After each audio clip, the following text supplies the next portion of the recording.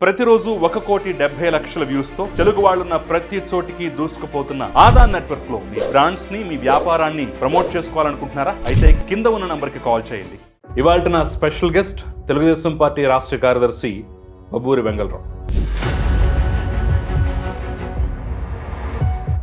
కొత్త ప్రభుత్వం, మీ ప్రభుత్వం, మీరు కష్టపడ్డటువంటి మీ చెమట రక్తం చెందించి పోరాడినటువంటి పార్టీ అధికారంలోకి వచ్చింది. ఎలా ఫీల్ అవుతున్నారు ప్రస్తుతం? ఈ 5 నెలల నుంచి ప్రశాంతంగా నా రాష్ట్రంలో నేను ఉండగలుగుతున్నా. ఏ టెన్షన్ లేదు. ఎప్పుడు ఎవరు వచ్చి తీసుకెళ్తారో, ఎప్పుడు ఏ కేసు పెడతారో.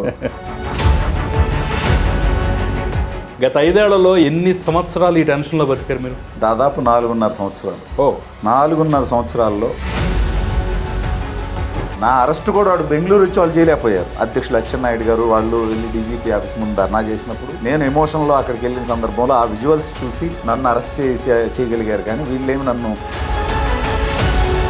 రాత్రి 1:30 ఆ టైంకి తీసుకెళ్లారు. 4 వరకు పక్కన కొట్టడానికి అన్ని ఏర్పాట్లు చేశారు. కర్రలు, మనుషులు అన్నీ సెట్ చేసుకున్నారు.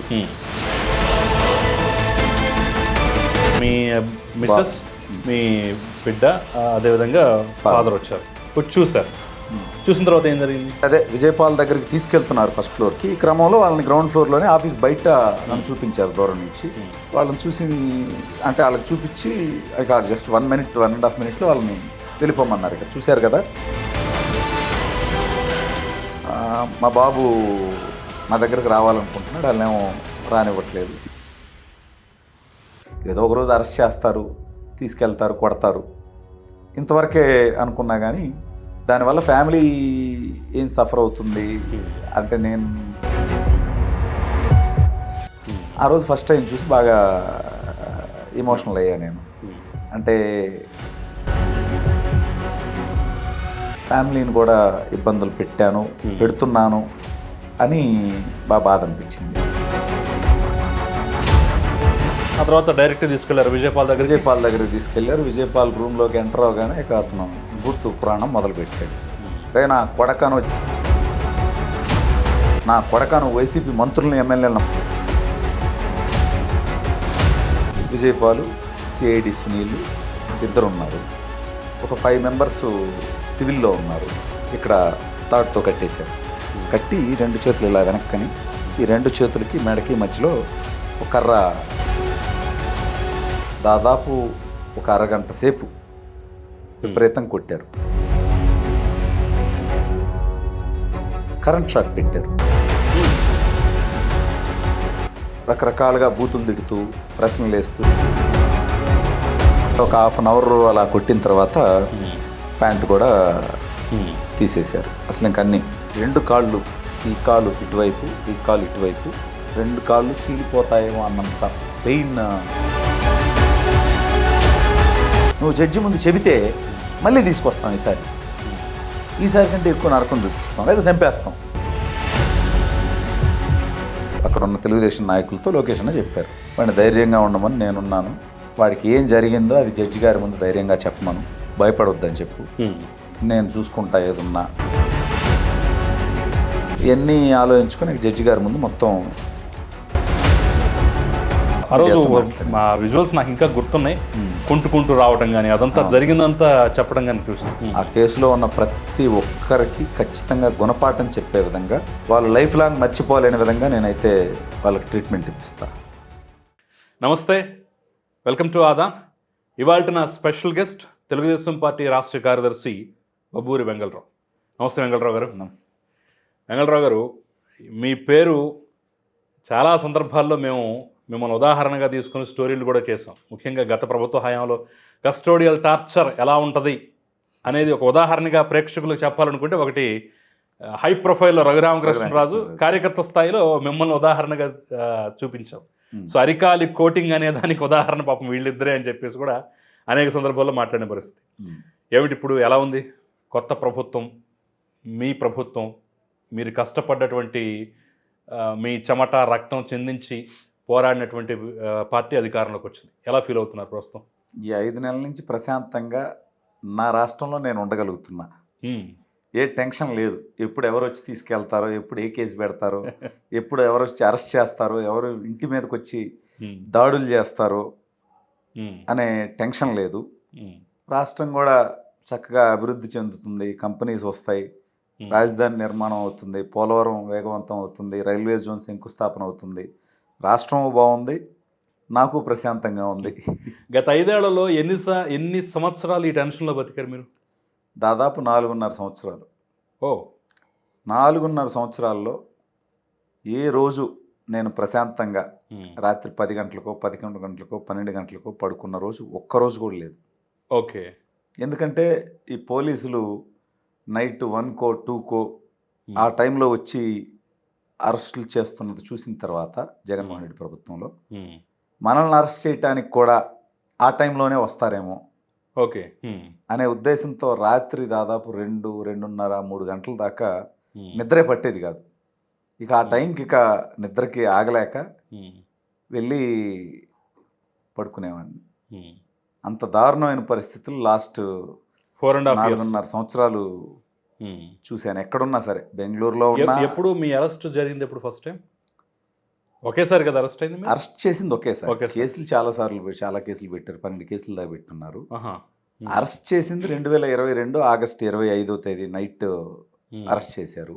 అయితే కొంత టైం ఇచ్చినట్టే లెక్కన మీకు. అంటే ముందు నుంచి 2020 నుంచే కేసులు పెట్టడం మొదలుపెట్టారు. కేసులు పెట్టడం మొదలుపెట్టిన తర్వాత ఎక్కడుంటే అరెస్టులు చేస్తారని చెప్పి నేను బెంగళూరుకి షిఫ్ట్ అయ్యాను. ఓకే. ఆ తర్వాత Covid first wave, second wave, ఈ సిచ్యువేషన్లో వీళ్ళు పక్క రాష్ట్రానికి రావాలి, అక్కడున్న రాష్ట్రం నుంచి వీళ్ళకి పోలీసుల నుంచి సహకారం ఉండాలి. కోవిడ్ టైంలో ఇలా వీళ్ళు పెట్టేది సిల్లీ కేసులు, సోషల్ మీడియా కేసులు, మా మనోభావాలు మడతబడిని, ఇంకోటి వాళ్ళ మంత్రులు, వాళ్ళ శాసనసభ్యులు ఇష్టం వచ్చినట్టు చంద్రబాబు నాయుడు గారిని మాట్లాడవచ్చు, లోకేష్ అన్నని మాట్లాడవచ్చు. మేము అదే స్థాయిలో మేము మాట్లాడితే మాత్రం తప్పు, మా మీద కేసులు పెట్టాలి. ఈ కేసులకు సంబంధించి పక్క రాష్ట్రానికి వచ్చి మరీ తీసుకురావాలి, అదే కోవిడ్ టైంలో తీసుకురావాలంటే కొంత ఇబ్బంది అనుకున్నారో, లేదా నేను నా నెంబర్ స్విచ్ ఆఫ్ చేసి నా నెంబర్ ఎక్కువ బహిరంగంగా జనాలకు తెలియకుండా ఉంచడం వల్ల వాళ్ళకి నాకు ఆ టైం దొరికింది. నన్ను అరెస్ట్ చేయకుండా 2.5 సంవత్సరాలు నేను తప్పించుకోగలిగా. వాళ్ళైతే అరెస్ట్ చేయలేదు, కానీ ఆ 2.5 సంవత్సరాలు కూడా నిత్యం టెన్షనే, నరకమే. ఏ రోజు వస్తారో తెలియదు, ఎప్పుడు తీసుకెళ్తారో తెలియదు, ఏం చేస్తారో తెలియదు. ఆ మధ్య మీ అరెస్టు సందర్భంగా కానీ అంతకు ముందు కానీ మీ పేరు ప్రస్తావనకు వచ్చినప్పుడు బెంగళూరులో ఉన్నాడు, బొంబాయి పోయాడు, కలకత్తా పోయాడు, వాట్సాప్ కాల్లోనూ దొరుకుతాడు, ఇలా రకరకాలుగా సోషల్ మీడియాలో స్ప్రెడ్ అయ్యాయి. వాస్తవమైన ఎన్ని రాష్ట్రాలు తిరిగారు అసలు మీరు? అన్ని రాష్ట్రాలు ఏం తిరగలేదు. ఎందుకంటే జగన్మోహన్ రెడ్డి ఎలాగైతే ఏ క్యాపబిలిటీ లేనటువంటి ఒక పనికిమాలిన వ్యక్తో, అతని ప్రభుత్వంలో పనిచేసిన పోలీసులు, ఇంటెలిజెన్స్ అధికారులు కూడా అంతే పనికిమాలిన వాళ్ళు. వాళ్ళ దగ్గర అంత పెద్ద టెక్నాలజీలు ఏమీ లేవు. యాక్చువల్గా నేను ఫస్ట్లో 1 month 2 months కంటే మనం ఎక్కడ దాక్కుంటాం, మనల్ని ఐడెంటిఫై చేసేస్తారు, మనం రోజు వీడియో పెట్టేస్తున్నాం, ట్రాక్ చేసేస్తారు, ట్రేస్ చేసేస్తారు, అరెస్ట్ చేస్తారు అనుకున్నా. బట్ అక్కడ కూడా ఇతని కోసం పనిచేసే బానిసలు లాంటి వాళ్ళని, తన కులపోలనో తన మతమూలనో తప్ప సమర్థులైన అధికారులను పెట్టుకోలేదు. కాబట్టి వాళ్ళకంత టెక్నికల్ నాలెడ్జ్ లేదు. కాబట్టి నేను అన్ని రాష్ట్రాలు తిరగాల్సిన అవసరమే రాలేదు. ఫస్ట్ 2.5 సంవత్సరాలు ఒకే ఒక రాష్ట్రం. అరెస్ట్కి ముందు ఇక్కడి నుంచి బెంగళూరు షిఫ్ట్ అయ్యాను, బెంగళూరులోనే ఉన్నాను, బెంగళూరు నుంచే వీడియోస్ చేశాను. నా అరెస్ట్ కూడా వాడు బెంగళూరు వచ్చి వాళ్ళు చేయలేకపోయారు. నేను పార్టీ ఆఫీస్కి వచ్చిన క్రమంలో అప్పుడు ఆ రోజు నన్ను ఆ రోజు పార్టీ అధ్యక్షులు అచ్చెన్నాయుడు గారు వాళ్ళు వెళ్ళి డీజీపీ ఆఫీస్ ముందు ధర్నా చేసినప్పుడు నేను ఎమోషన్లో అక్కడికి వెళ్ళిన సందర్భంలో ఆ విజువల్స్ చూసి నన్ను అరెస్ట్ చేయగలిగారు. కానీ వీళ్ళేమి నన్ను ట్రేస్ చేసి ట్రాక్ చేసి వచ్చేమి తీసుకురాలేదు. ఒకసారి అరెస్ట్ గురించి కూడా మనం మాట్లాడదాం. ఏంటి అసలు ఎప్పుడు ఏ సందర్భంలో జరిగింది అది? మీరు వచ్చారు, పార్టీ ఆఫీస్కి వచ్చారు, మాట్లాడుతున్న సమయంలో వాళ్ళ విజువల్స్ చూసి అరెస్ట్ చేశారా, లేదంటే ఎవరైనా ఒప్పందించారా? పార్టీ ఆఫీస్ నుంచి ఎవరు ఒప్పందిస్తారు? అలా సిపి వాళ్ళు ఉంటారు కదా. అంటే సోషల్ మీడియాలో, మెయిన్ స్ట్రీమ్ మీడియాలో వచ్చిన విజువల్స్లో నేను ఉన్నాను. ఎప్పుడు ఏ నెలలో అరెస్ట్ జరిగింది? 2022 ఆగస్టు 25వ తేదీ. ఆ రోజు డీజీపీ ఆఫీస్ ముందు చంద్రబాబు నాయుడు గారి కాన్వాయ్ మీద, ఆయన కార్యాలయం మీద కుప్పంలో దాడి జరుగుతున్నందుకు నిరసనగా మేము ఇక్కడ ధర్నాకి వెళ్ళాం. అక్కడికి వెళ్ళిన సందర్భంలో అక్కడ ఉన్న ఛానల్ విజువల్స్లో పోలీసులు చూసుంటారు, వైసీపీ సోషల్ మీడియా వాళ్ళు చూసుంటారు. వాళ్ళు సిఐడి వాళ్ళని ప్రెజర్ చేసి అతను ఇక్కడికి వచ్చున్నాడు, 2.5 సంవత్సరాల నుంచి మనల్ని ఏకి పారేస్తున్నాడు, బాగా డ్యామేజ్ చేసేస్తున్నాడు. ఎందుకంటే నా స్థాయిలో మొదటి 2-3 సంవత్సరాలు మాట్లాడింది రఘురామకృష్ణరాజు గారు, పట్టాభి గారు, నేను గట్టిగా వాళ్ళకి డి అంటే డి అనే విధంగా మేము ముగ్గురమే మాట్లాడాం. రఘురామకృష్ణరాజు గారిని తీసుకొచ్చి కొట్టారు, అరెస్ట్ చేశారు. పట్టాభి గారిని వాళ్ళ ఇంటి మీదకి వెళ్ళి దాడి చేశారు. నేను ఒక్కడనే దొరకలేదు కాబట్టి ఆ కసి తీర్చుకోవటానికి వాళ్ళకి ఛాన్స్ దొరికింది కాబట్టి అప్పుడు నన్ను ఫాలో అయ్యి అరెస్ట్ చేసి తీసుకెళ్ళారు. ఎక్కడ, ఏ స్టేషన్కి తీసుకెళ్లారు? విజయవాడలో సిఐడి రీజనల్ ఆఫీస్కి తీసుకెళ్లారు. తీసుకెళ్ళి కూర్చోబెట్టారు. తీసుకెళ్ళి రాత్రి 1:30కి ఆ టైంకి తీసుకెళ్లారు. 4 వరకు పక్కన కొట్టడానికి అన్ని ఏర్పాట్లు చేశారు. కర్రలు, మనుషులు అన్నీ సెట్ చేసుకున్నారు. నన్ను రకరకాల క్వశ్చన్లు ఆ 2 గంటలు 2.5 గంటల సేపు. ఏంటి మచ్చుకొని చెప్పండి, ఏమడిగారు? అంటే నీకు ఈ స్క్రిప్ట్ అంతా ఎక్కడి నుంచి వస్తుంది, నీకు ఎవరు సపోర్ట్ చేస్తున్నారు, ఎవరు చేయమంటే చేసావు, నీ ఫైనాన్షియల్ బ్యాక్గ్రౌండ్ ఏంటి, నీ ఫ్యామిలీ బ్యాక్గ్రౌండ్ ఏంటి, నీ ఎడ్యుకేషన్ ఏంటి, అసలు నువ్వు ఈ వీడియోలు చేయాలని ఎందుకు అనిపించింది, నీకేమన్నా పార్టీ నుంచి డబ్బులు వస్తున్నాయా, ఇట్లా రకరకాలు నీ ఎడ్యుకేషన్, జాబు, ఇట్లా మొత్తం డీటెయిల్స్ అన్నీ వాళ్ళు, నీ అడ్రస్ ఎక్కడ, ఇలాంటి అప్పటికాలకి అడ్రస్లు కూడా పూర్తిగా తెలియదు, నా అడ్రస్లు కూడా. సో ఇవన్నీ అడుగుతూ వచ్చారు. 4 o'clockకి ఇంకా పడుకో, తెల్లవారుజామున 4కి పడుకో అని చెప్పారు. వాళ్ళు కూడా పక్కనే బెడ్లు వేసుకొని పడుకున్నారు. నన్ను ఒక టేబుల్ మీద, చెక్క టేబుల్ ఉంది, ఆ టేబుల్ మీద పడుకోమని చెప్పారు. బట్ నాకు నిద్ర రాలేదు. అంటే నిద్రపోయిన తర్వాత అయినా కొడతారేమో, లేకపోతే ఏమన్నా చేస్తారేమో, ఏం జరుగుతుందో తెలియదు, ఇంకో 2 hours ఉంటే మార్నింగ్ అయిపోతుంది కదా అని చెప్పి నిద్రపోలేదు. మార్నింగ్ 10కి అట్లా విజయపాల్ వచ్చాడు. నన్ను అప్పటి వరకు గ్రౌండ్ ఫ్లోర్లో ఉంచారు. విజయపాల్ ఫస్ట్ ఫ్లోర్లో కూర్చో ఉన్నాడు. విజయపాల్ దగ్గరికి తీసుకెళ్ళడం కోసం నన్ను తీసుకెళ్ళబోతున్నారు. ఈలోపు నా వైఫ్, ఫాదరు, బాబుని, వాళ్ళ ముగ్గురిని నన్ను చూడడానికి అలో చేశారు.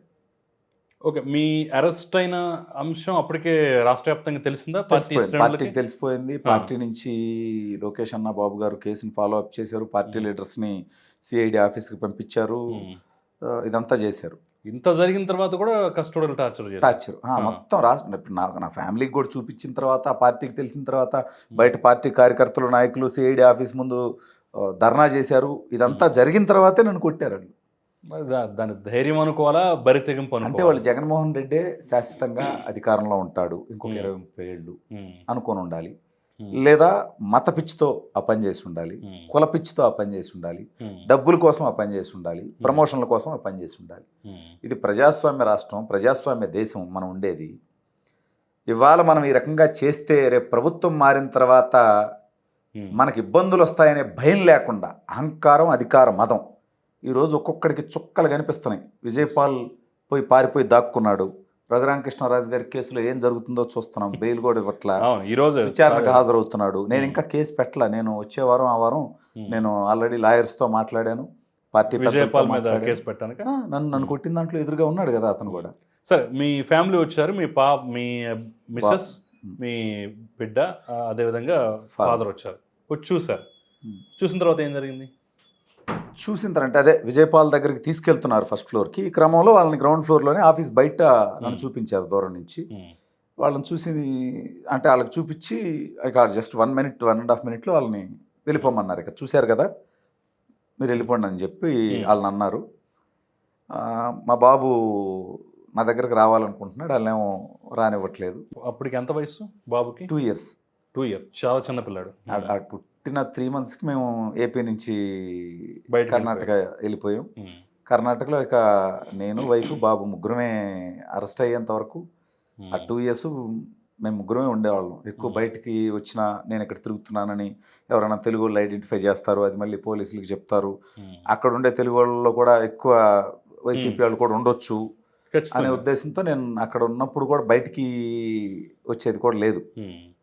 చాలా ఒక రకంగా సీక్రెట్గా బతకాల్సి వచ్చింది, అండర్ గ్రౌండ్లో బతకాల్సి వచ్చింది. అంటే ఏదో నక్సలైట్లు, టెర్రరిస్టులు, లేకపోతే ఆ టైంలో ఒక 20-30 సంవత్సరాల క్రితం అయితే పరిటాల రవీంద్ర లాంటి వాళ్ళు, అంటే ఈ ఫైటర్స్ అందరూ అపోజిషన్ గవర్నమెంట్లు వచ్చినప్పుడు వాళ్ళు ప్రాణాలు తీస్తాయి, అనే సిచ్యువేషన్లో ఉన్నప్పుడు ఏ విధంగా అయితే దాక్కుంటారో అలా దాక్కోవాల్సి వచ్చింది బెంగళూరులో ఉన్నప్పుడు. సో బాగా నాకు బాబుకు కూడా నాతో బాగా అటాచ్మెంట్. రోజంతా నేను ఇంట్లోనే ఉంటాను కాబట్టి అటాచ్మెంట్. వాడు నా దగ్గరకు రావాలనుకున్నప్పుడు వాళ్ళు రానివ్వలేదు. నాకు రానివ్వరని నాకు అర్థమైంది. అలాంటి సిచ్యువేషన్ నేను ఎక్స్పెక్ట్ చేయలే. ఏదో ఒక రోజు అరెస్ట్ చేస్తారు, తీసుకెళ్తారు, కొడతారు, ఇంతవరకే అనుకున్నా. కానీ దానివల్ల ఫ్యామిలీ ఏం సఫర్ అవుతుంది అంటే నా కొడుకును కూడా నేను దగ్గరికి తీసుకోలేని పరిస్థితి ఉంటుంది అనేది నా మైండ్లో ఎప్పుడు ప్రాసెస్ అవ్వాల. ఆ రోజు ఫస్ట్ టైం చూసి బాగా ఎమోషనల్ అయ్యా నేను. అంటే నా రాజకీయ ఆసక్తుల కోసం నేను కష్టాలు పడవచ్చు, కానీ ఫ్యామిలీని కూడా ఇబ్బందులు పెడుతున్నాను అని బాగా బాధ అనిపించింది ఆ టైంలో మాత్రం.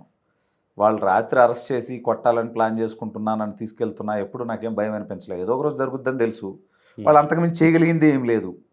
నువ్వు ఈ తప్పు చేసావని నిరూపించలేకపోయారు.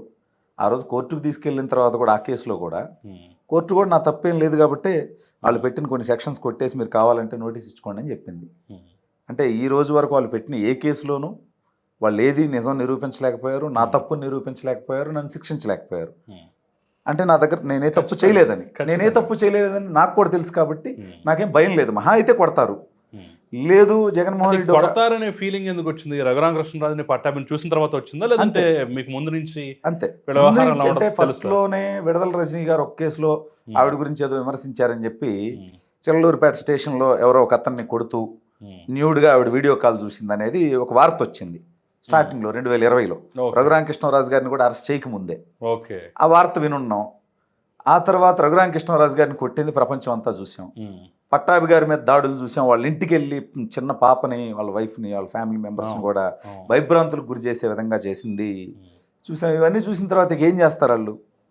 పైగా ఆ రోజు వాళ్ళ మీద బలంగా ఫైట్ చేస్తుంది వాళ్ళ మీద లెక్క పెట్టుకోగలిగినంత మంది. వీళ్ళ గొంతులు నొక్కేస్తే వాళ్ళకి వ్యతిరేకంగా వాయిస్ తగ్గిపోతుందనే ఉద్దేశంతో మనల్ని బెదిరిస్తే భయపడం, కేసులు పెడితే భయపడం, ఎందుకంటే తప్పు చేయట్లేదు కాబట్టి. ఇక కొడితే, థ్రెట్ చేస్తే, చంపేస్తామంటే, కుటుంబం జోలికి వస్తే ఆగిపోతామనే ఆలోచన వాళ్ళకు ఉంటుంది కాబట్టి అలా కొడతారు అనేది ముందు నుంచి నేను అనుకుంటున్నాను. సో మీ ఫ్యామిలీని చూడనిచ్చారు ఒక నిమిషం పాటు, బాబుని దగ్గర రానివ్వలేదు, సరే వాళ్ళని పంపించారు. ఆ తర్వాత డైరెక్ట్ తీసుకెళ్లారు విజయపాల్ దగ్గరికి తీసుకెళ్లారు. విజయపాల్ రూమ్లోకి ఎంటర్ అవగానే ఇక అతను బూత్ పురాణం మొదలుపెట్టాడు. రే నా కొడకను జగన్మోహన్ రెడ్డిని మాట్లాడతావా? నా కొడకను వైసీపీ మంత్రులను, ఎమ్మెల్యేలను మాట్లాడతావా? నీకు అవసరమా? నా కొడక ఇప్పుడు నిన్ను చంపేస్తే ఎవడురా దిక్కు? లోకేష్ వచ్చి నిన్ను కాపాడతాడా? చంద్రబాబు వచ్చి ఏం పీక్తాడు? వీటితో మాట్లాడడం అనవసరం, ఈయన పక్క రూమ్లోకి తీసుకెళ్ళి కొట్టండి అని అన్నాడు. వెంటనే ఆర్డర్ ఇచ్చేసాడు.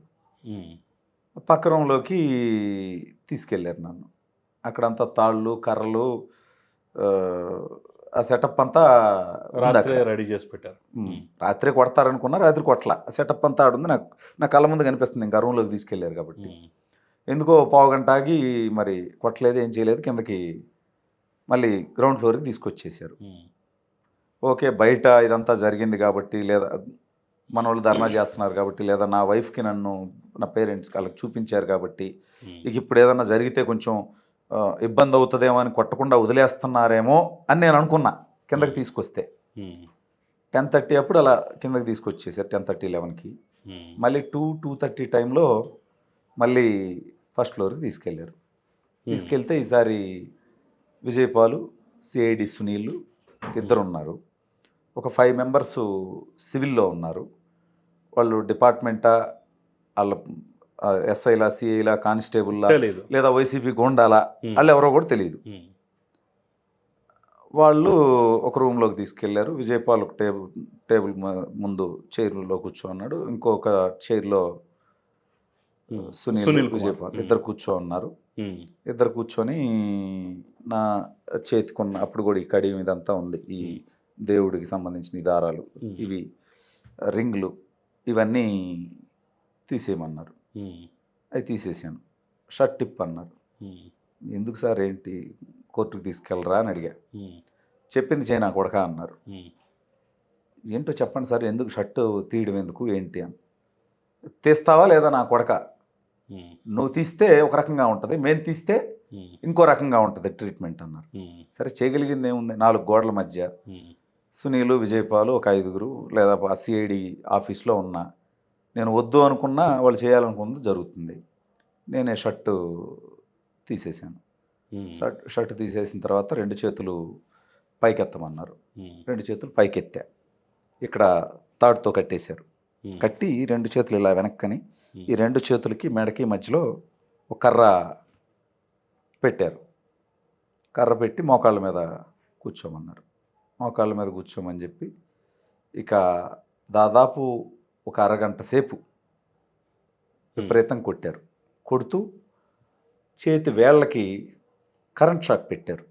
ఉమ్, పైన షాక్ కూడా. షాక్ కూడా రకరకాలుగా బూతులు తిడుతూ ప్రశ్నలు వేస్తూ, నిన్ను ఎవడ చేయమన్నాడు వీడియోలు, నా కొడక ఇప్పుడు ఏం చేస్తావు, నీకు అవసరమా, వాళ్ళు బాగానే ఉంటారు, చంద్రబాబు బాగానే ఉంటాడు, లోకేష్ బాగానే ఉంటాడు, నీలాంటి వాళ్ళే బలవుతారు ఈ పార్టీల కోసం, నీకేమన్నా వాళ్ళు ఏమన్నా చేస్తారనుకుంటున్నావా, వాళ్ళు ఏమన్నా ఆపుతారనుకుంటున్నావా, గతంలో తెలుగుదేశం ప్రభుత్వం ఉన్నప్పుడు తెలుగుదేశం నాయకుల్ని మేము తంతేనే కొడితేనే ఉమ్, ఎందుకు వాళ్ళని కొట్టారు, ఎందుకు వాళ్ళని తన్నారు అని కూడా చంద్రబాబు మమ్మల్ని అడగలేదు, మా మీద ఏ యాక్షన్ తీసుకోలేదు. అటువంటిది మళ్ళీ రేపు చంద్రబాబు వస్తే కూడా ఏమన్నా మమ్మల్ని ఏమన్నా పీకుతాడు అనుకుంటున్నావా, ఏమి పీకలేడు, మీలాంటి వాళ్ళే ఈ పార్టీ కోసం వాళ్ళ కోసం బలైపోతుంటారు, ఉమ్, నువ్వు ఇంక నుంచి వీడియోలు చేయకూడదు, ఉమ్, ఎట్టి పరిస్థితుల్లో చేస్తే ఇంకోసారి అరెస్ట్ చేస్తాం. అసలు ఈరోజు తీసుకొచ్చి అరెస్ట్ చూపించాం, అరెస్ట్ చేసామని. ఉమ్, ఈసారి అరెస్ట్ కూడా చూపించాం, పట్టుకొని చంపేస్తాం, ఉమ్, ఎక్కడో యాక్సిడెంట్లో పోయాడంటాం, ఏం పీకుతావు, అవసరమా నీకు? ఉమ్, ఇందాక పొద్దున నీ కొడుకుని చూసి పైకి వచ్చినప్పుడు నీ కొడుకుని చూసి ఎమోషనల్ అయిపోయావు కదా, ఉమ్, రేపు ఇంకొకసారి నువ్వు వీడియోలు చేస్తే వైసీపీ ప్రభుత్వం మీద, జగన్మోహన్ రెడ్డి మీద, వైసీపీ ఎమ్మెల్యేల మీద, మంత్రుల మీద, నీ కొడుకును కూడా నీకు లేకుండా చేస్తాం, నీ కుటుంబం మొత్తాన్ని నాశనం చేస్తాం, నువ్వు చేయకూడదు అంటూ ఇక విజయపాలు ఇష్టం వచ్చినట్టు పచ్చి బూతులే కంటిన్యూస్గా. సునీల్ పెద్దగా ఏం మాట్లాడలా, ఈ కొడుతున్నప్పుడు తను ఫోన్లో నుంచి వీడియోలు తీసుకుంటున్నాడు అంతే. నేను పెద్దగా అరుస్తుంటే పెయిన్తో బాధపడుతుంటే తను వీడియోలు తీసుకుంటున్నాడు. విజయపాల్ కంటిన్యూస్గా తిడుతూనే ఉన్నాడు నన్ను, బాబు గారిని, సో లోకేష్ ఆ తిట్టేది కూడా రికార్డ్ అయిందా? ఎక్కడ సునీల్ కుమార్ వీడియోలు తీస్తున్నాడు అన్నాడు, అవును. ఆ తర్వాత కంటిన్యూగా ఇతను తిడుతున్నాడు కదా, ఆ అంటే లెక్కన అయితే గంట రికార్డ్ అవ్వాలి కదా. సేపు కొడితే అందులో ఒక 3-4 దఫాలుగా ఒక 2-3 నిమిషాలు అట్లా వీడియోలు తీసాడు. అప్పుడు అంటే ఆ వీడియో అప్పుడు విజయపాల్ కామ్గా ఉండేవాడా? మనల్ని ఒకవైపు కొడతా ఉంటే విజయపాల్ కామ్గా ఉంటే ఇతను వీడియో తీస్తున్నాడా, తిడుతుంటే తీస్తున్నాడా అనేది కూడా నా ఎందుకంటే భయం. ఒకవేళ పొరపాటున రేపటి రోజున ఇప్పుడు మీరు కేసు కూడా ఫైల్ చేయబోతున్నాను, ఆ వీడియోలో బయటకు వస్తే అసలు ఆ ఫోన్ ఇద్దరు గుర్తయిపోయినట్టే నాకు తెలిసి వాళ్ళు చేసిన తప్పుడు పనులన్నీ వాళ్ళకి తెలుసు. నన్నే కాదు, రఘురామకృష్ణరాజు గారిని కొట్టేటప్పుడు కూడా వీడియో కాల్స్ చేసి ఆ ఫోన్లు ఎప్పుడో వాళ్ళు నాశనం చేసేసి ఉంటారు, తగలబెట్టుంటారు. కేసు పెట్టి ఆ కేసులో ఎవడైతే ఉన్నాడో వాళ్ళ మీద చర్యలు తీసుకోగలుగుతాం, కానీ అవన్నీ దొరుకుతాయి, అవన్నీ ఉంటాయని నేను అనుకోవట్లే. ప్రాక్టికల్గా అవన్నీ ఎప్పుడో వాళ్ళు డిస్ట్రక్ట్ చేసేసి ఉంటారు. తెలుసు కదా, ఇప్పుడు నేను కేసులు పెడతాను, నేను చాలా రోజులు చెప్తానే ఉన్నా, గతంలో కూడా ఇంటర్వ్యూలో చెప్పున్నా, నా వీడియోలో చెప్పున్నా. అది చూసిన తర్వాత నా ఫోన్ని స్మాష్ చేసి ఉంటారు కదా, కాబట్టి అవి ఏం దొరుకుతాయని నేను అనుకోవట్లా. సో గంట సేపు మిమ్మల్ని కొడుతూ బూతులు తిడుతూ ఉన్నారు. తిడుతూ నీకు అవసరమా, ఇవన్నీ చేయాల్సిన అవసరం అసలు నీకేంటి, అది ఇదని. తర్వాత ఒక 1/2 అవర్ అలా కొట్టిన తర్వాత ప్యాంట్ కూడా తీసేశారు. అసలు ఇంకన్నీ బాడీ మీద నిలబెట్టారు. ఇక కింద నేల మీద గోడ కానిచ్చి నేల మీద కూర్చోబెట్టి 2 కాళ్ళు, ఈ కాలు ఇటువైపు, ఈ కాలు ఇటువైపు, చెరొక వైపు 2 మనుషులు, అదే ఉన్న 5గురిలో 2 మనుషులు గట్టిగా లాగి, అంటే అసలు 2 కాళ్ళు చీలిపోతాయేమో అన్నంత పెయిన్, విపరీతమైన పెయిన్ వస్తుంది. ఈ కాలు మీద ఒకరు, ఈ కాలు మీద ఒకరు, వాళ్ళు అలా పట్టుకొని కూర్చున్నారు. అంటే కాళ్ళు కదిలించకుండా, ఇంకా కాళ్ళలో కూడా మూమెంట్ లేకుండా, ఆల్రెడీ చేతులు కట్టేసి తలకి కర్ర పెట్టున్నారు కాబట్టి ఇక్కడ చేతులకు కానీ తలకు కానీ మూమెంట్ లేదు. ఆల్రెడీ వాళ్ళు కొడుతున్నా, కరెంట్ షాక్ పెడుతున్నా. అలా మళ్ళీ ఒక అరగంట సేపు అరికాళ్ళ మీద కొడుతూ పైన వేళ్ళకి కరెంట్ షాక్ పెడుతూ, మొత్తం టోటల్ అంతా అరికాళ్ళ మీదే కొట్టారు. ఇంకా దెబ్బలు ఎక్కడ అంటే దెబ్బలు కనిపించకుండా వాళ్ళు కొట్టేటప్పుడే అన్నారు, ఇప్పుడు నువ్వు కొట్టానని జడ్జి ముందు చెప్పినా నువ్వు పీకేదేం లేదు, ఎందుకంటే మేమేమి బయటికి ఏమైనా కనిపిస్తున్నాయా, ఏం పీకలేవు. కానీ నువ్వు జడ్జి ముందు చెబితే మళ్ళీ తీసుకొస్తాం, ఈసారి కంటే ఎక్కువ నరకం చూపిస్తాం లేదా చంపేస్తాం. వాళ్ళు కొట్టేటప్పుడే అంటున్నారు ఆ మాట, నువ్వు జడ్జి ముందు చెప్పినా నువ్వేం పీకలేవు అని. అప్పుడు ఈ మాట అన్నారు, రఘురామకృష్ణరాజును కొట్టాం, ఎంపీని కొట్టాం, ఏమన్నా పీకాడా వాడు? నీ పార్టీలో నీకంటే పెద్దోళ్ళని మంత్రులుగా చేసిన వాళ్ళని ఎమ్మెల్యేలుగా చేసిన వాళ్ళని కూడా కొట్టాము, ఏమన్నా పీకగలిగారా వాళ్ళు? నువ్వేం పీకుతావు? ఒకవేళ నువ్వు చెబితే, ఈ విషయం బయట పెడితే, జడ్జి ముందు చెబితే మేమేం చేయాలో మేము అది చేస్తాం, నేను లేకుండా చేస్తాం. లేదా నువ్వు బయటికి వెళ్ళి వీడియోలు చేసినా నేను చంపేస్తాం.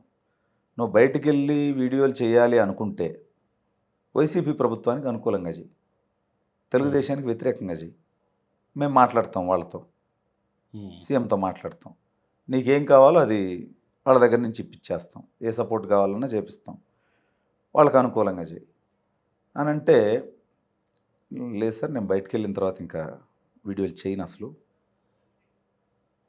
అని చెప్పాను. నేను జడ్జి ముందు చెప్తావా అన్నారు, లేదు జడ్జి ముందు కూడా నేను కొట్టారని చెప్పను అని చెప్పా. అలా ఒక 1 అవర్ తర్వాత, 1 అవర్ టార్చర్ తర్వాత ఈ 2 చేతులు తాళ్ళతో కట్టేసి ఉన్నారు కదా, ఆల్మోస్ట్ 1 అవర్ పెయిన్ తోటి చేతులు ఇలా ఇలా అంటే విడిపించుకునే ప్రయత్నం అదో చేస్తుంటాం కదా, అక్కడెక్కడ గ్యాప్ దొరికిందో లేకపోతే వాళ్ళే పట్టుకున్నోళ్ళే రిలాక్స్ అయ్యారో, ఈ చెయ్యి ఒకటి జారి తాడులోంచి జారి కిందకు వచ్చింది.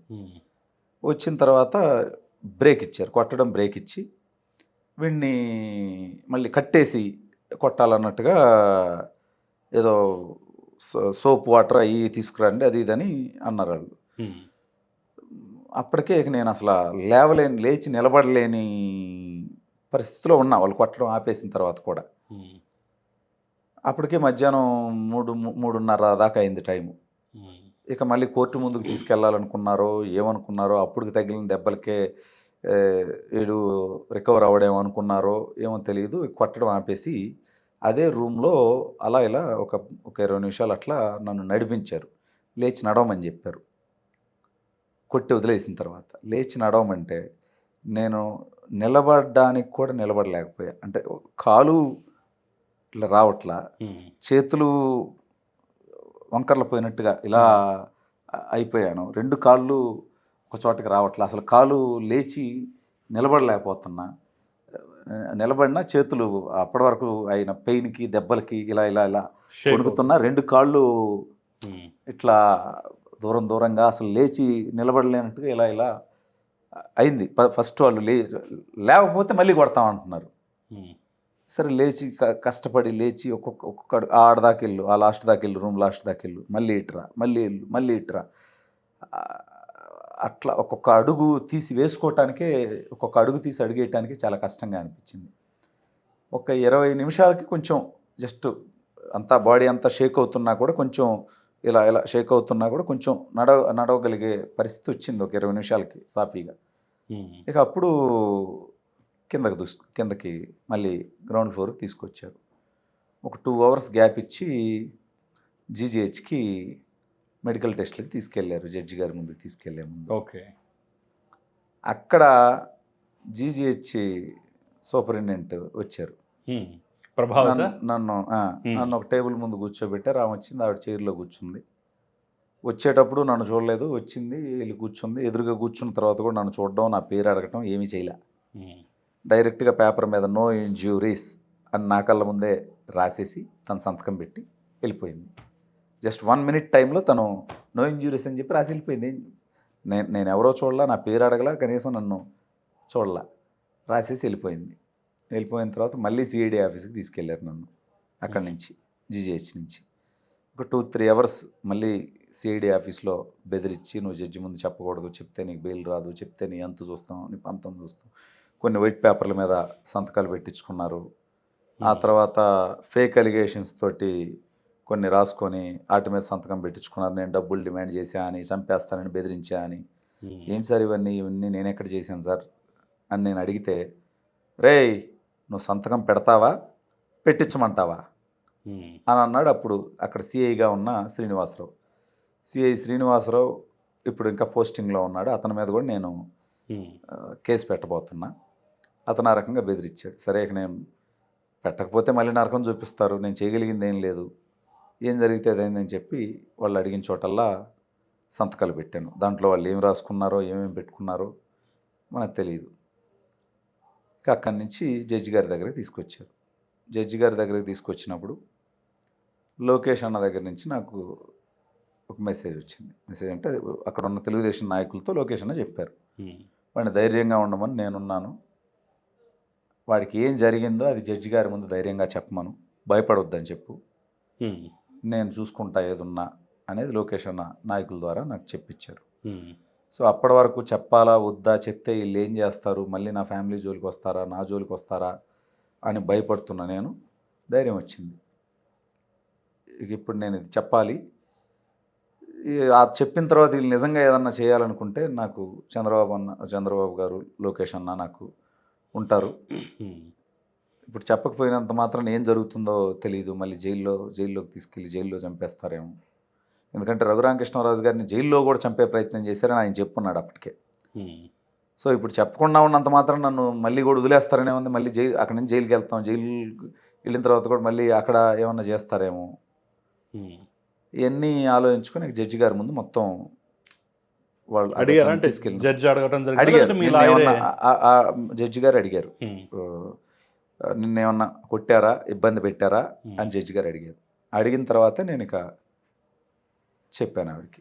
దాదాపు ఆ గంటన్నర సేపు వాళ్ళు ఎలా కొట్టారు, ఏం తిట్టారు, ఏం మాట్లాడారు, ఎలా బెదిరించారు ఏంటనేది డీటెయిల్డ్గా నేను జడ్జి గారి ముందు చెప్పాను. ఆవిడ ప్రతిదీ నా స్టేట్మెంట్ రికార్డ్ చేసుకున్నారు. అది అఫిషియల్గానే ఇప్పుడు నేను ఆ రోజు నన్ను కొట్టారు, ఎట్లా టార్చర్ చేశారు, ఏం చేశారు, ఏం మాట్లాడారు అనేది నేను జడ్జి గారి ముందు చెప్పి ఆవిడ రికార్డ్ చేసి అదంతా కూడా రికార్డ్ రాసిన తర్వాత మెడికల్ టెస్టుల కోసం మళ్ళీ జీజీహెచ్కే రిఫర్ చేశారు. ఆ జీజీహెచ్కి మళ్ళీ నైట్ 12 గంటలకు తీసుకెళ్లారు. మళ్ళీ ఆడ తెల్లవారుదాలు రకరకాల టెస్టులు, ఈసీజీలు, అవి ఇవి, హార్ట్, చెస్ట్, గిస్ట్, నర్వ్స్, ఎముకలు, అన్ని రకాల టెస్టులు చేశారు.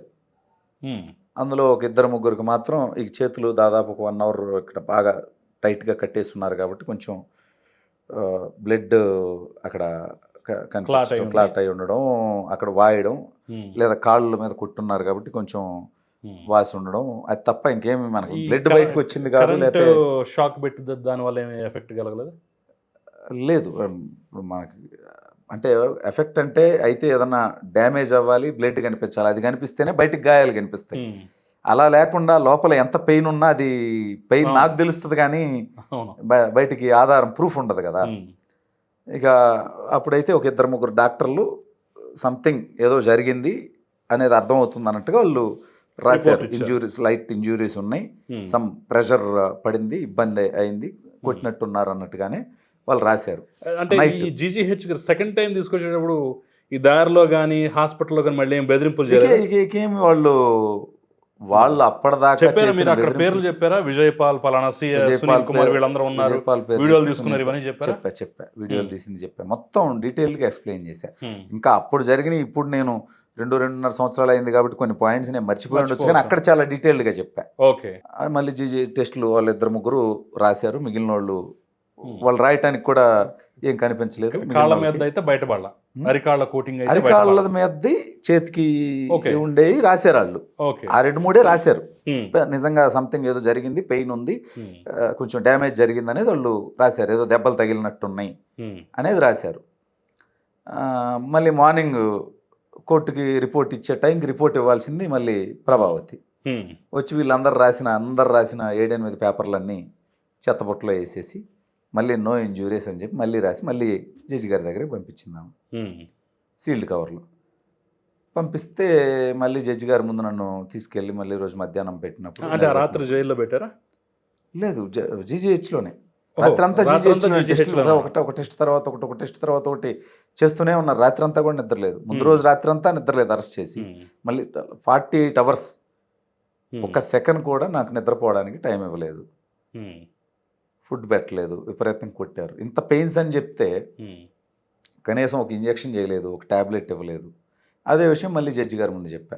మేడం నన్ను ఇలా కొట్టారు, ఇంత పెయిన్స్ ఉన్నాయి, ఇంత ఇబ్బందిగా ఉంది, నాకు వాళ్ళు రాత్రి నుంచి ఒక ఇంజెక్షన్ కానీ ఒక ట్యాబ్లెట్ కానీ కూడా ఇవ్వలేదు, అలాగే నాకు ఫుడ్ మీద నమ్మకం లేదు, ఫుడ్ కూడా పెట్టలేదు, నాకు జీజీహెచ్లో జరిగిన రిపోర్ట్స్ మీద నాకు నమ్మకం లేదు, ప్రభుత్వానికి వాళ్ళు ఎలా ఇన్ఫ్లుయెన్స్ చేస్తే అలా ఇస్తారు, నన్ను ఆర్మీ హాస్పిటల్ కన్నా పంపించండి, రఘురామకృష్ణరాజు గారిని పంపించినట్టు మెడికల్ టెస్ట్లకి, లేదన్నా ఏదన్నా రెప్యూటెడ్ ప్రైవేట్ హాస్పిటల్కి పంపించండి అని చెప్పి నేను జడ్జి గారిని అడిగాను.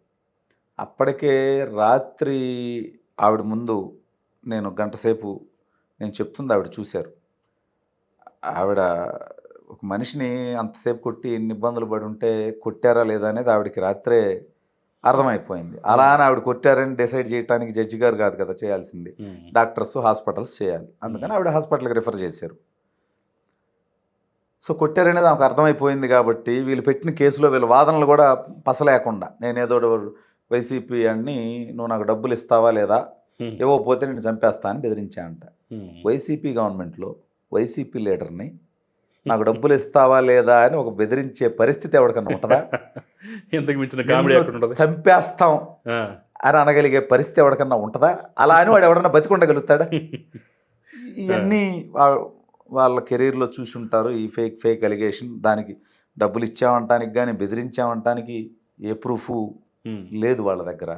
జస్ట్ నన్ను అరెస్ట్ చేయటం కోసం ఆ కాజ్ని అడ్డం పెట్టుకొని ఆ పని చేశారు. జడ్జి గారికి ఆల్రెడీ కొట్టారని అర్థమైంది. వాళ్ళ వాదనలో వాళ్ళ లాయర్ వాదనలోనూ పసలేదు. మా లాయర్స్ అందరూ పార్టీ లీగల్ సెల్ లాయర్లు, అలాగే భాను గారు అని ఆయన నా పర్సనల్ లాయర్, వీళ్ళంతా కూడా గట్టిగా ఫైట్ చేశారు. వాళ్ళని లీగల్ పాయింట్స్ అన్నీ మాట్లాడారు. సో ఇక జడ్జి గారు మీరు అతన్ని ఎంత ఇబ్బంది పెట్టారో, ఎంత బ్రూటల్గా టార్చర్ చేశారో అర్థమవుతుంది. మీరు అతన్ని అరెస్ట్ చేయడం కోసమే ఈ 386 సెక్షన్ అడ్డం పెట్టుకున్నారు. ఈ సెక్షన్ కొట్టేయండి, తీసేయండి, నేను రిమాండ్ రిజెక్ట్ చేస్తున్నాను, కావాలంటే మీరు 41 నోటీస్ ఇవ్వండి, లేదంటే అతను వ్యక్తిగత పూచీకత్తు పెట్టుకొని పంపించేసేయండి అని చెప్పింది. జడ్జి గారు ఎప్పుడైతే ఆ మాట చెప్పారో నా పక్కన ఉన్న పోలీసులు నా చేతులు వదిలేసి వెళ్ళిపోయారు. ఇంకా నాకు 41 నోటీస్ ఇవ్వలేదు, నాతో వ్యక్తిగత పూచీకత్తు పెట్టించుకోలేదు. అంటే వాళ్ళ టార్గెట్ కూడా అయిపోయింది కదా, నన్ను తీసుకెళ్ళాలి, కొట్టాలి, బెదిరించాలి, అది అయిపోయింది. మనం అసలు పాయింట్ మర్చిపోయాం, ఏ కేసు మీద అరెస్ట్ చేశారు పర్టికులర్ గా? అంటే విజయసాయి రెడ్డి మీద నేను ఒక వీడియో చేశానంట. ఓకే, ఆ వీడియో డిలీట్ చేయమని తాడేపల్లికి సంబంధించిన భరత్ రెడ్డి అనే అతను నాకు ఆన్లైన్ కాల్ చేశాడంట.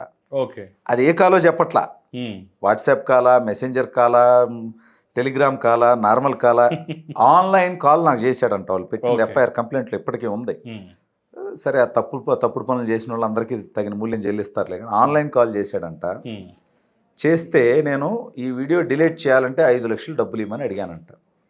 ఓకే, ఇవ్వమని అడిగితే నేను ముందు రోజు బస్ స్టాండ్కి వచ్చి బస్ స్టాండ్ నుంచి వెళ్ళింది తెలుసు కదా, నన్ను అరెస్ట్ చేసిన తర్వాత వాళ్ళు కేసు పెట్టారు.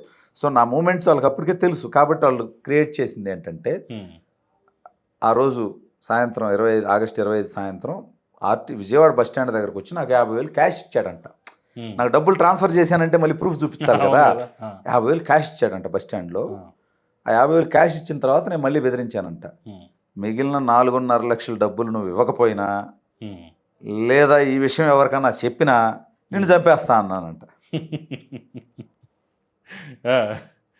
వైసీపీ ప్రభుత్వం నేను ఇలా బెదిరిస్తే నువ్వు నాకు వచ్చి విజయవాడ బస్ స్టాండ్లో పోలీసులను తీసుకొచ్చి అప్పుడే తీసుకెళ్ళి కొట్టిస్తావు కదా. సరే, ఇది ఫేక్ కేసు. ఇక అంటే ఆ డబ్బులు తీసుకున్నాననేది లేదా చంపేస్తానని బెదిరించాను అనేది ఉంటే కేసులో బలం పెరుగుతుంది. మమ్మల్ని విమర్శించాడు అనేది 50,000 పుట్టించారా, దగ్గర నుంచి రికవరీ చేస్తున్నాను కట్టేమని ఇచ్చారా? యాడ్ నుంచి ఇస్తారు, నా దగ్గర ఉంటే కదా. నేను ఫేక్ గా ఏదో క్రియేట్ చేసి ఇదిగోండి జడ్జి గారు మేము ఇతని దగ్గర నుంచి 50,000 పుట్టించలా, మళ్ళీ అది కూడా పుట్టించలా. నేను ఇప్పుడు దాకా అదే ఆ విషయాన్ని గమనించలేదు కానీ నోటీస్ చేయలేదు. కానీ నిజంగానే నాకు ఇచ్చిన 50,000 రికవరీ చేసిన, అదే ఇచ్చామని చెప్తున్నటువంటి 50,000 రికవరీ కూడా చూపించలా. నాకు బస్ స్టాండ్ లో ఇచ్చా అన్నాడు. బస్ ఎక్కి హైదరాబాద్ పోతున్నా, ఈ లోపు నేను ఆ 50,000 ఖర్చు పెట్టడానికి లేదు, ఎవరికన్నా ఇవ్వటానికి లేదు. మరి నన్ను పట్టుకున్నట్టు ఇప్పుడు ఆ 50,000 ఉండాలి కదా, అది కూడా చూపించలా. లేదు కదా, ఉంటే కదా చూపించడానికి. లేకపోతే ఈ కేసుకి 50,000 దండకెందుకు, ఇది తీసుకొని కొట్టాలనుకున్నాం, కొట్టాం, మళ్ళీ 50,000 ఖర్చు ఎందుకు అనుకున్నారేమో. ఓకే, చూపించలా. ఇంకా జడ్జి గారు సో చెక్ చేసి వాళ్ళు విడుదల చేసేస్తారు, మీరు బయటకు వచ్చి మీడియాతో మాట్లాడారు. ఆ రోజు మీడియాతో మాట్లాడాను. మా విజువల్స్ నాకు ఇంకా గుర్తున్నాయి, కుంటుకుంటూ రావడం కానీ అదంతా అవును. జరిగిందంతా చెప్పడం కానీ చూసాను. అవును. ఆ ప్రెస్ మీట్ తర్వాత ఎలా ఉంది పరిస్థితి? అంటే ఆ తర్వాత వరుసగా అప్పటికే రాష్ట్రంలో ఇంకొక 7-8 కేసులు పెట్టున్నారు, వేరే కేసుల్లో అరెస్ట్ చేస్తారని ఇన్ఫర్మేషన్ వచ్చింది.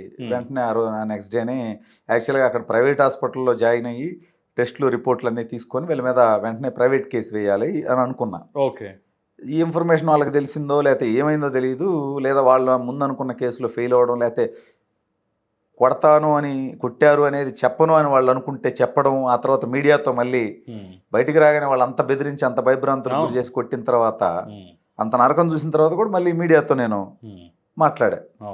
ఇదంతా చూసిన తర్వాత మళ్ళీ ఇబ్బందులు పెట్టాలనుకున్నారు, మళ్ళీ వేరే కేసులు ఉన్నాయి, ఆ కేసుల్లో అరెస్ట్ చేస్తారనే ఇన్ఫర్మేషన్ వచ్చింది. ఇక వెంటనే ఆ హాస్పిటల్ నుంచి మళ్ళీ టెస్టులు అన్నీ చేయించుకోకుండానే అక్కడి నుంచి హైదరాబాద్కి వచ్చి రావడం జరిగింది. హైదరాబాద్లో అప్పుడు హాస్పిటల్లో జాయిన్ అయ్యారా? లేదు, ఇక్కడ హాస్పిటల్లో జాయిన్ అయినా మళ్ళీ వచ్చి ఏ హాస్పిటల్లో ఉన్నానో తెలిస్తే వచ్చి తీసుకెళ్తారు కదా. సో ఆల్మోస్ట్ ఒక 2 months దాకా నేను అబ్స్కాండింగ్లోనే సీక్రెట్గా ఉండాల్సి వచ్చింది, ఉన్నాను. అప్పుడు మీ ఫ్యామిలీ ఎక్కడ ఉంది? అప్పుడు ఖమ్మంలో ఉన్నారు, మా పేరెంట్స్ దగ్గర ఉన్నారు, నా వైఫ్ బాబు వాళ్ళ దగ్గర ఉన్నారు. ఆ సందర్భంగా వాళ్ళ పరిస్థితి ఏంటి, వాళ్ళ మానసిక ఫీలింగ్ ఎలా ఉంది?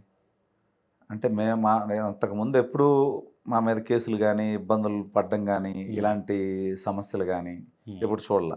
అటువంటిది ఒక రాష్ట్ర ప్రభుత్వం, ఒక ముఖ్యమంత్రి ఉన్న రాష్ట్రంలో ఉన్న పోలీస్ వ్యవస్థ అంతా నా మీద పగబట్టుంది, నన్ను ఎలా ఇబ్బందులు పెట్టారనేది వాళ్ళు చూశారు. ఇక మళ్ళీ ఏం జరుగుతుందో, ఈసారి ఇంకెన్ని కేసులు పెడతారో, తీసుకెళ్తారో, చంపేస్తారో, ఈ భయం ఖచ్చితంగా నా ఫ్యామిలీకి అందరికీ ఆ భయం, బాధ. పైగా నేను పక్కన లేకుండా అలా నేను మళ్ళీ సింగిల్గా నేను ఎక్కడో అండర్గ్రౌండ్లో ఉండాల్సి రావటం, ఇవన్నీ నన్ను తీసుకెళ్తారు, కొడతారు, ఒక 1 రోజులు 10 రోజులు మహా అయితే జైల్లో వేస్తారు, వచ్చేస్తా అనుకున్నా కానీ ఇంత ఇబ్బందులు నా ఫ్యామిలీని పెట్టబోతున్నానని నేను ఎప్పుడు అనుకోలే. పెట్టేటప్పుడు నేను ప్రతిరోజు నరకమే చూసా. వాళ్ళు థ్రెటనింగ్ కాల్స్ అని చేశారా? అంటే మీరు అబ్స్కాండ్లో ఉన్నారు, ఫ్యామిలీ ఖమ్మంలో ఉంది, కొంతమంది ఆడు మళ్ళీ మాట్లాడితే చంపేస్తారంట అది అని కొన్ని వార్తలు మోసుకొచ్చారు, కొన్ని కాల్స్ వాళ్ళకి పోలీసుల సైడ్ నుంచి. ఎంత లేని స్వామి భక్తిని మీద వేసుకొని ప్రవర్తించినటువంటి విజయపాల్ కానీ మిగతా అధికారగణం కానీ వాళ్ళు ఏమైనా ట్రై చేశారు? అంటే దానికి ముందే నన్ను ఆపడం కోసం, నన్ను బెదిరించడం కోసం మా మదర్ మీద ఒక కేసు పెట్టి 2 రోజులు పోలీస్ స్టేషన్కి తీసుకెళ్లారు. అంటే వాళ్ళు ఏ లెవెల్ కన్నా వస్తాము అని చూపించడం కోసం.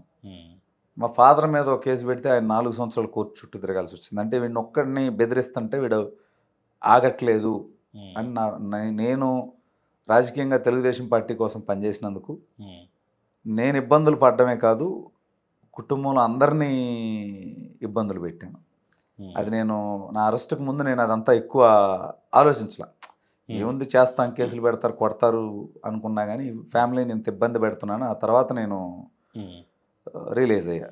బట్ నేను ఖచ్చితంగా పార్టీకి అవసరం వాయిస్. అరెస్ట్ తర్వాత కూడా లొకేషన్ నా ఫ్యామిలీ మొత్తాన్ని పిలిచారు, మా మదర్ని, ఫాదర్ని, వైఫ్ని, బాబుని అందరిని తీసుకెళ్ళాం. వాడు నా తమ్ముళ్ళలాగా, వాడికి ఏ ఇబ్బంది వచ్చినా నేను చూసుకుంటా, ఏ ఇబ్బంది రానివ్వను, నేనున్నా, మీరు అధైర్యపడొద్దు. జగన్మోహన్ రెడ్డి ఒక రాక్షసుడు, ఆ రాక్షసుడి మీద మేమందరం పోరాటం చేస్తున్నాం, మా మీద కేసులు పెడుతున్నారు, మమ్మల్ని ఇబ్బందులు పెడుతున్నారు, వాడికి ఏ ఇబ్బంది వచ్చినా నేను చూసుకుంటాను అని నా ఫ్యామిలీకి ధైర్యం చెప్పారు. మళ్ళీ నన్ను నువ్వు కంటిన్యూ చెయ్యి అని చెప్పారు. పార్టీ ఆ రోజు ఉన్న పరిస్థితులు అవసరం కాబట్టి నేను మళ్ళీ కూడా అరెస్ట్ అయిన తర్వాత కూడా మళ్ళీ ఒక 3 months, అంటే అబ్స్కాండింగ్లో ఉన్న 2 months, ఆ తర్వాత బయటకు వచ్చి ఫ్యామిలీ అంతా లొకేషన్ అని బాబు గారిని కలిసి మాట్లాడి ఆ తర్వాత వీడియోస్ మళ్ళీ స్టార్ట్ చేసి మళ్ళీ కంటిన్యూస్గా చేస్తూనే ఉన్నారు.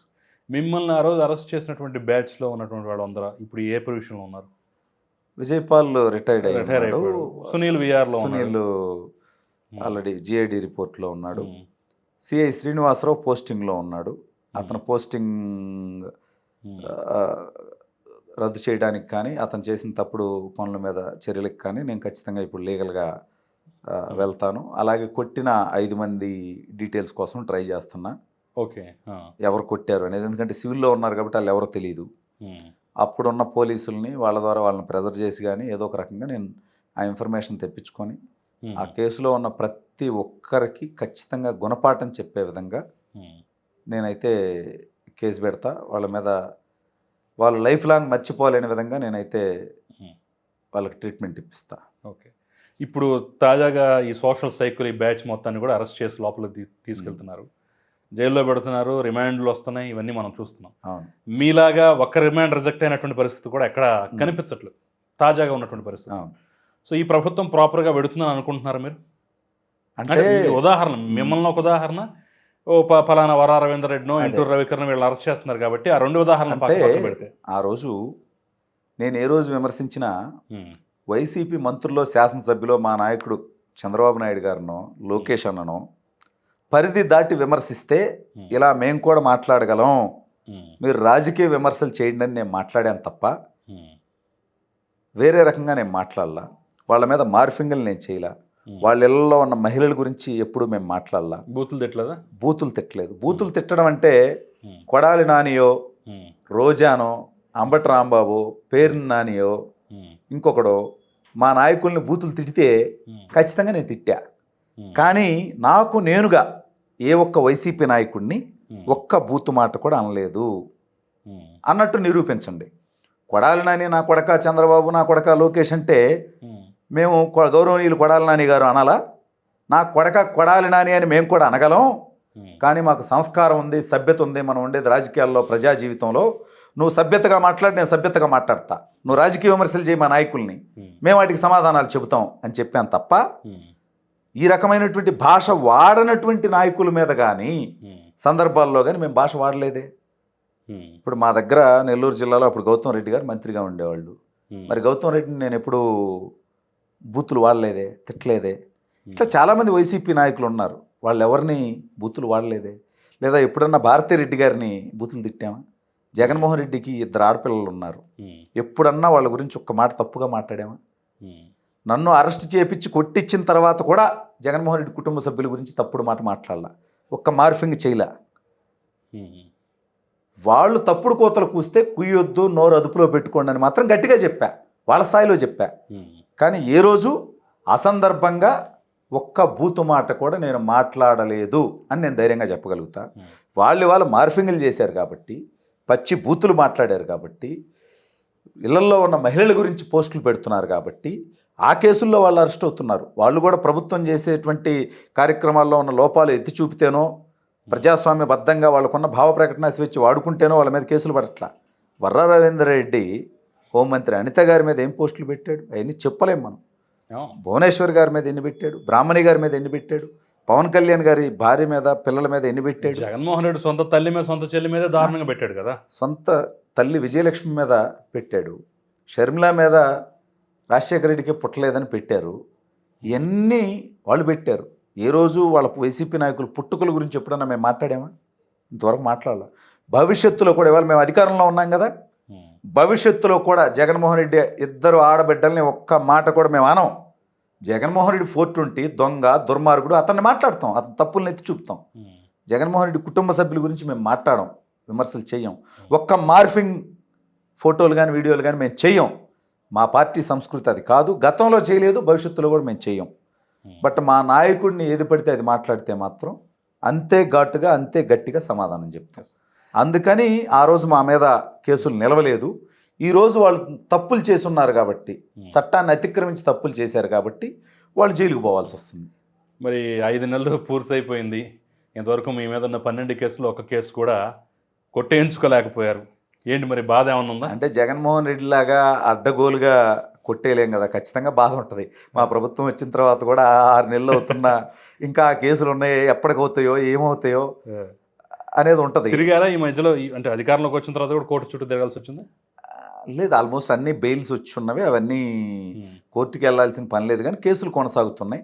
వాటి మీద హోంమంత్రి అనిత గారితో మాట్లాడాను, పార్టీ పెద్దలతో మాట్లాడాను, లీగల్ లాయర్స్తో మాట్లాడుతున్నాను. ఒక్కొక్కటి ప్రాసెస్ ప్రకారం, అక్కడేం ప్రూఫ్లు లేవు, మనం ఏం తప్పు చేయలేదు కాబట్టి ఒక్కొక్కటి ప్రాసెస్ ప్రకారం కేసులన్నీ కొట్టేస్తారని నమ్ముతున్నాను నేను. సరే, మరి అధికారాన్ని ఎంజాయ్ చేస్తున్నారు, ఓకే. ఏంటి మరి 5 ఏళ్ళు కష్టాలు పడ్డారు, ఇబ్బందులు పడ్డారు, కస్టోడియల్ టార్చర్ అనుభవించారు కదా, ఎక్స్పెక్ట్ చేస్తున్నారా? పార్టీ పదవి ఆల్రెడీ పార్టీ పదవిలో ఉన్నారు కదా, అవును. నామినేటెడ్లో ఏమైనా ఎక్స్పెక్ట్ చేస్తున్నారా మీరు? ఖచ్చితంగా. అంటే నేను ఈ 5 సంవత్సరాలు ఫైట్ చేసే క్రమంలో ఇబ్బందులు పడినప్పుడు, కేసులు పడినప్పుడు, నేను వ్యక్తిగతంగా కలిసినప్పుడు కానీ, నా కుటుంబంతో కలిసి చంద్రబాబు నాయుడు గారిని, లోకేష్ గారిని కలిసినప్పుడు కానీ, పార్టీ అధికారంలో ఖచ్చితంగా వస్తుంది. వచ్చిన తర్వాత ఖచ్చితంగా మంచి నామినేటెడ్ పోస్ట్ ఇస్తాము. ఈ 5 సంవత్సరాల్లో నేను నా ఉద్యోగాన్ని వదులుకొని పనిచేశా. నేను చేసుకుంటున్న వ్యాపారం, ఉద్యోగం ఏంటి అంతకు? నేను బ్యాంక్లో వర్క్ చేసేవాడిని 7 years. అలాగే ఒక బిజినెస్ చేసేవాడిని. ఇవి రెండు వదులుకొని నేను వేరే రాష్ట్రంకి వెళ్ళి 2.5 సంవత్సరాలు కర్ణాటకలో, 2.5 సంవత్సరాలు హైదరాబాద్లో ఉండి పనిచేశాను. కాబట్టి ఆర్థికంగా నిలదొక్కుకోవడానికి, అదేవిధంగా రాజకీయంగా ఖచ్చితంగా అవకాశం ఇస్తాం అని చెప్పారు. ఖచ్చితంగా నేను ఎక్స్పెక్ట్ చేస్తాను. రాజకీయాల్లో ఉండి ఎక్స్పెక్ట్ చేయట్లేదు అంటే అది అబద్ధం. ఖచ్చితంగా నేను ఎక్స్పెక్ట్ చేస్తున్నా. ఖచ్చితంగా న్యాయం జరుగుతుంది, మంచి అవకాశం ఇస్తారని నేను నమ్ముతున్నా. మరి కలిసారా? ఇద్దరితో కలిసి మాట్లాడారా? చంద్రబాబు నాయుడు గారితో, అదే లోకేష్ గారితో అధికారంలోకి వచ్చిన తర్వాత కలిసారా? మాట్లాడారా ఈ అంశాలు ఏమన్నా? అంటే 2-3 సందర్భాల్లో లోకేష్ అన్నతో ఎదురయ్యి కలిసి ఉన్నాను. సులువుగానే ఉందా? ఎందుకంటే మీ పార్టీ వాళ్ళు చెప్తున్నారు కదా, జేవీ రెడ్డి వంటి వాళ్ళు కానీ, లేదంటే మిగతా వాళ్ళు కానీ కొంచెం అధికారంలోకి వచ్చిన తర్వాత బిజీగా ఉంటారు, కానీ ఎక్కడో ఈ పిఏల వల్ల కానీ, మిగతా వాళ్ళ వల్ల కానీ ఎక్కడో కొంత ఇబ్బంది అవుతుంది, అంత సులువుగా కలవలేకపోతున్నాం, మా బాధలు చెప్పుకోలేకపోతున్నాం అని కొంత అసంతృప్తి కూడా కనిపిస్తోంది కదా. అంటే అధికారంలోకి వచ్చిన తర్వాత చాలా బాధ్యతలు ఉంటాయి. ప్రతిపక్షంలో ఉన్నప్పుడు పార్టీని ఒక్కటే నడపాలి. ఇప్పుడు జగన్మోహన్ రెడ్డి చేసిన విధ్వంసాన్ని అంతా సరిచేయాలి. బాబు గారు అడ్మినిస్ట్రేషన్ అంతా సెట్ చేయాలి. లోకేష్ అన్న 2 శాఖలకు మంత్రి, ఇటీవలే అమెరికా వెళ్ళొచ్చారు, కంపెనీస్ సీఈఓలను కలుస్తున్నారు, ఇండస్ట్రీలు తీసుకొస్తున్నారు, ఎంప్లాయ్మెంట్ క్రియేట్ చేయాలి. వీటన్నిటి నేపథ్యంలో ఒకేసారి అందరినీ కలవకపోవచ్చు, కానీ ఖచ్చితంగా కష్టపడిన వాళ్ళకి గుర్తింపు ఉంటుంది. వాళ్ళందరినీ పిలుస్తారు, ఒక్కొక్కరితో ఖచ్చితంగా టైం ఇస్తారు, మాట్లాడతారు. జగన్మోహన్ రెడ్డి లాగా మా నాయకులు వాడుకొని వదిలేసే టైప్ కాదు, లేకపోతే ఎవరిని కలవను అనే మోనార్క్ టైప్ కాదు. ఎప్పుడు ప్రజలతో ఉండే వ్యక్తులు. మీరు చూస్తే చంద్రబాబు నాయుడు గారు పొద్దున్న నుంచి రాత్రి 12 గంటల దాకా పనిచేస్తూనే ఉంటారు. అదేవిధంగా లోకేష్ అన్న కూడా పొద్దున బయటకు వస్తే నైటు 10, 11 గంటలు, 12 గంటల వరకు ఆయన పనిలోనే ఉంటారు. ఆ పనులకు సంబంధించిన వ్యక్తులను కలుస్తుంటారు. ఈ బిజీ షెడ్యూల్లో ఎక్కువ సమయం కుదరకపోవచ్చు. గత 5 సంవత్సరాల్లో ఎక్కువ మంది బాధితులు, కష్టపడిన వాళ్ళు, నష్టపోయిన వాళ్ళు ఉండటం వల్ల వాళ్ళందరూ కలవలేకపోవచ్చు, కానీ ఖచ్చితంగా ప్రతి ఒక్కరికి టైం ఇస్తారు. కొంచెం ఫ్రీ అవగానే ఈ అన్నీ కొంచెం సెట్ అయిన తర్వాత అందరితో మాట్లాడతారు, అందరిని కలుస్తారు, అందరికీ న్యాయం చేస్తారు అని అయితే నేను నమ్ముతున్నాను. ఎందుకంటే తెలుగుదేశం పార్టీ 42 సంవత్సరాల చరిత్రలో 2019 నుంచి 24, 5 సంవత్సరాలు ఎప్పుడూ చూడనంత ఇబ్బందికరమైనటువంటి పరిస్థితులు ఎదుర్కొన్నాం. ఆ సమయంలో ఎవరైతే పార్టీ కోసం గట్టిగా నిలబడ్డారో వాళ్ళందరికీ ఖచ్చితంగా గుర్తింపు ఉంటుంది, గౌరవం ఉంటుంది. ప్రతి ఒక్కరిని లోకేష్ అన్న గుర్తుపెట్టుకున్నారు. మనం చూస్తే ఒక వాట్సాప్ మెసేజ్ చేసినా, ఒక ట్విట్టర్లో ఒక ట్యాగ్ చేసినా కానీ ఆయన స్పందించి సహాయం చేస్తూ ఉన్నారు. సో ఖచ్చితంగా ప్రతి ఒక్కరికి న్యాయం జరుగుతుంది. కొంత టైం పట్టొచ్చు, కానీ న్యాయం జరుగుతుందని అనుకుంటున్నాను. సరే, ఫైనల్గా చెప్పండి. ఇప్పుడు మీరు 4.5 ఏళ్ళు అనేక కష్టాలు అనుభవించారు, ఇప్పుడు అధికారంలోకి వచ్చారు. సరే, అధికారాన్ని ఎంజాయ్ చేస్తూ ఉన్నారు ఒక పక్క, మరో పక్క పార్టీ పరంగా కూడా కృషి చేస్తున్నారు.